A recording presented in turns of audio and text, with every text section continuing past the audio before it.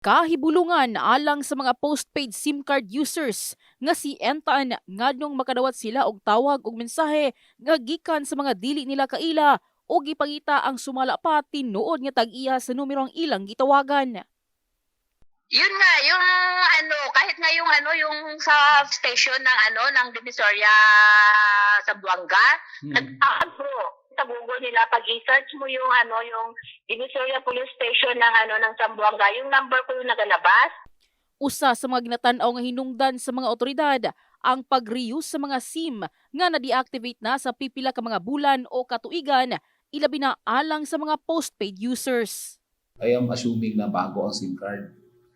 As the days goes by, merong tumatawag, hinahanap si ganito, si Ruben, si Seth sa cellphone ko, gamit yung bagong SIM card. So, siyempre minsan nakakairita because you are sometimes nasa middle ako ng conference.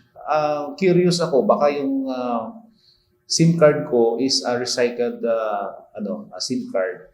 So I posted sa social media and I was surprised that some of my friends in social media are also experiencing the same issues. Sumala ni National Telecommunications Commission Region 12 Regional Director Froilan Hamias nga sa kasamtangan ginadili ang pag-reuse sa mga SIM cards sa mga telcos mahitungod sa SIM registration. Sa una, posible. Pero diri sa SIM, kay nanatay SIM registration, murag dili na siya pwede i-reuse. Sa una, kung wala pa ng SIM registration, pwede. Murag na may provision ko diya nga once nga mapangalanan na sa isa ka tao, ang database iya gina.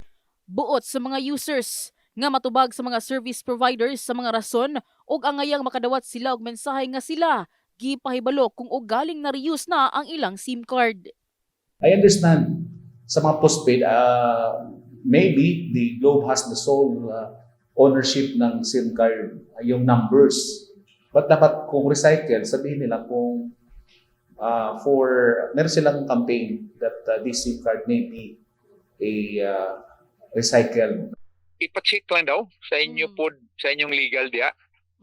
Kung ang mga SIM nga na issue na, di na kay once nga may issue man gud na, unless otherwise i-declare mo nga nawala, dili na sa ma-transfer sa bisag kinsa kay imo man to pangalan. In the heart of changing lives, kini si MJ Fernandez sa Brigada News Jensen. Brigada News.